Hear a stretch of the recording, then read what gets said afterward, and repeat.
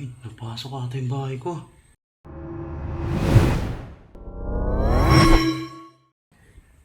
So ayun mga lods, magandang hapon. Alas 2 na ng hapon.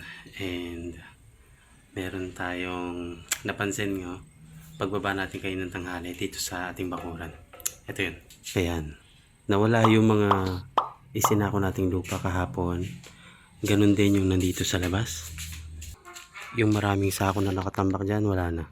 Tulad nga nung video kahapon, may nakausap na akong guard, no, na tinanong sa akin kung tutuloy ko na raw ba yung pagpapahakot. And sabi ko, nag-agree ako dun sa specific price din. And kanina ng tanghali, pagbaba ako, paglabas ko dito, no, sa bakuran, nakita ko na puro sako na lang yun nandito. Kaya malakas din yung kutob ko na pinahakot na ni Kuya Guard yung mga lupa. Medyo nag-worry lang ako kasi wala silang permiso na pumasok dito sa loob, no.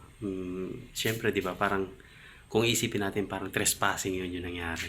Ngayon habang binubuhagag ko yung mga natitirang lupa, no, para maisa ko na, dumaan si Kuya Celso, yung ating kapitbahay dito, yung kaklose natin ng kapitbahay. And sabi niya, hinahakot na nga raw kanina and 2 truck daw yung pinanghakot. Actually, hindi naman yun yung masyadong concern ko. Ang concern ko is kung kasama ba yung guard. And tinanong ko si Kuya Celso kung kasama daw ba yung guard. And sabi niya, oo, kasama naman daw yung guard. So medyo naging at peace na ako kasi, di ba, kung iisipin natin kung hindi naman pala kasama yung mga guard na nagpo-protect ng subdivision, baliwala na magpapakod tayo kung ganun rin lang na malaya na nakakapag-trespass yung mga ibang tao dito o yung mga hindi residente. Kaya bang nagbubogag nga ako nung lupa rin kanina, dumating or dinaanan tayo ni Kuya Guard dito. Ayun, niraise ko rin agad yung concern ko na bakit pumasok sila kanina nang walang permiso ko. So ayun, agad naman siya nang hingi ng tawad sa akin. Nakailang beses din daw kasi silang tawag ng tawag. Nung nakita niyang hindi nga daw nakalak, nag-decide na nga raw silang hakutin yung mga sako na nandito sa loob ng bakuran. Nahingi ulit siya ng hingi ng tawad na hindi na maulit. And sabi ko nga rin, medyo nakaka-bother yung ganung sistema natin na kahit ba sabihin natin na walang sumasagot, as long as may bakod yan, merong gate, syempre dapat hingi pa rin tayo ng permiso sa unit owner. And dahil nakita ko naman na sincere siyang humingi ng tawad, syempre sino ba naman ako para hindi magpatawad, di ba? Isip ko rin na dahil nga nandito na rin yung 2 malaking truck na panghakot nila, inisip din siguro ni Kuya Guard na sayang yung effort nila kung paghihintayin pa nila yung mga maghahakot or hihintayin pa nila na buwaba ako or dumating ako kasi hindi nila alam kung nandito ba ako sa loob ng bahay o wala. So yun lang naman, nagkaayos naman na kami and nagkasundo kami dun sa kung kailan ko babayaran at kailan nila hahakutin ulit yung next batch o yung natitirang mga lupa natin dito. And sinabi ko na isama na nga rin pala yung mga scrap natin dito kung po pwede. And pumayag naman si Kuya Guard. Ayun yung mga scrap natin. So, idamay na raw nila yun sa paghahakot. At habang hindi pa masyadong tirik yung araw, no, sisimulan ko na ulit na magsako ng lupa. Nakaready na yung pala ko dito.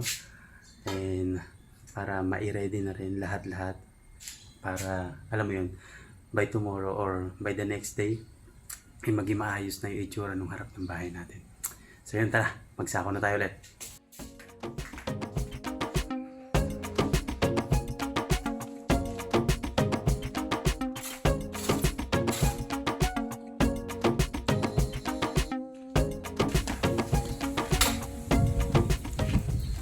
Yan, kumanda yung panahon.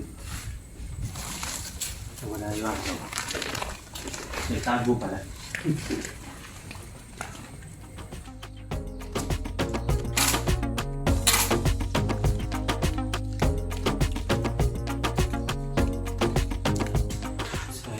Balik tayo muna tayo. Tapos ko na yung mga sako ng semento. So yung natitira na lang is yung mga ordinaryong sako. So naka 16 sako rin ako, yung sako ng semento. So yung kahit pa paano nabawasan na siya. Ayun, yung dami. Biglang dami. Nalagyan ko na rin pala ng mga extra lupa. Ayun nandito. Para medyo maganda-ganda tingnan. Isusunod ko na to. Binungkal ko na rin yung mga buha-buhangin dyan. Lalagyan ko yan. Ito, tsaka yun, yung part na yun. Lalagyan ko siya ng lupa. Para medyo maganda-ganda tingnan. Tatabasin ko pa yan. Ayun yung pinagkukaya nito. Ayan. Medyo nakakapagod pero Wala, kailangan natin gawin to eh. Para maging malinis na yung harap natin. So yun, tara, resume tayo.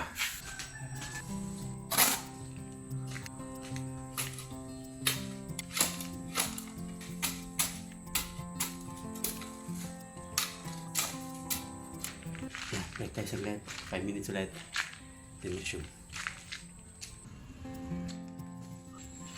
So yun mga lods. Hindi ko na kinaya.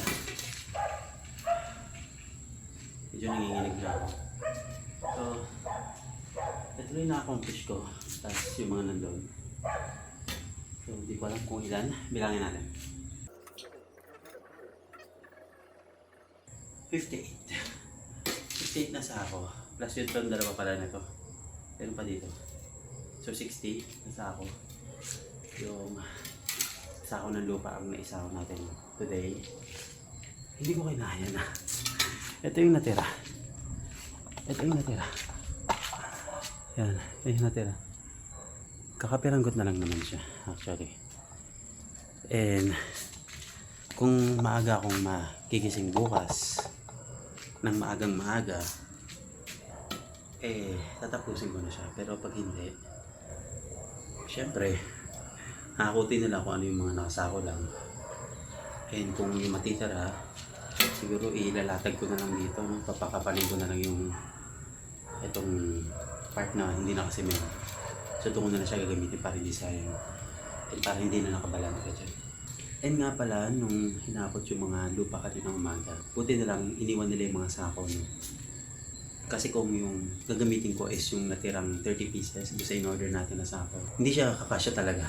Actually, hindi siya kakasya. Kasi ito pa nga lang, naka 60 pieces na tayo. No? Buti na lang talaga iniwan nila. And actually, yung 30 pieces na natira ay hindi ko pa nagagamit. Kaya, yun nga, may paggagamitan tayo nun. Aside sa lagay ng basura, syempre, yung mga malalaking or yung mga matatalas na mga basura natin or mga gamit na i-dispose na natin, doon ko na lang siya ilalagay. Kasi pag sa garbage bag, sobrang nipis ng garbage bag natin na plastic, madalas siyang nabubutas or madalas siyang nabubutas. So, yun. Ayun lang. So, maligo muna ako and aalis tayo para makapag-withdraw para makakain natin na. Ayun lang. See you. So, ayan. Na-accomplish natin. Ang dami. 60 pieces. Plus yun nandun pa sa loob na dalawa. Ayan, may mga bakas pa dito, no? Halatang minadali nila yung paghakot kanina. And ito na lang yung natirang lupa. Tingnan natin sa gilid. Tiyanen, ang nipis na lang niya. Halos kasing kapal na lang siya nung poste. Yan. Konti na lang yan.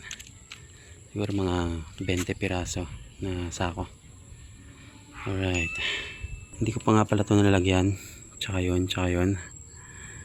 Yan. Ito bubungkalin ko pa ulit. Tatanggalin ko yung mga damo-damo. Ito lalagyan na lang ng lupa. And ito dadagdagan ko pa yan. I-incline ko rin yung pinaka level niya. No? Para maganda tingnan.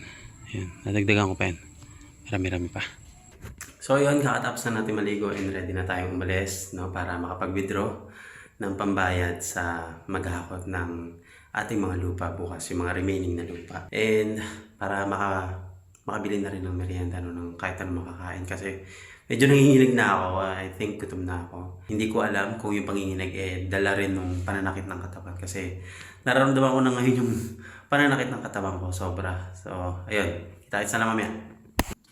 So, ayun mga lods. Nakauwi na tayo galing sa mall. Nakapag-withdraw and nakakain na rin tayo ng dinner. And we will spend yung remaining hours natin bago matapos yung Sunday. Dahil bukas, Monday na naman, of course. Balik tayo sa full-time work natin. But for now, yung remaining hours natin i-spend ko sa pag-edit ng mga videos, podcast videos ng ating client, no, for the month of February. Sa mga hindi nakakalam, video editor nga rin pala ako. Part-time na lang, no? And dahil gusto natin na i-maximize yung hours natin, yung pahinga natin. Supposedly, pahinga naman talaga to. Pero ako, I choose na gamitin siya wisely. And that is by editing videos. ng mga client ko. Siyempre dahil alipin tayo ng dolyares na. So yun lang naman ang mga naging kaganapan ngayong araw. And muli, salamat sa pagsama. See you on the next video. Peace out.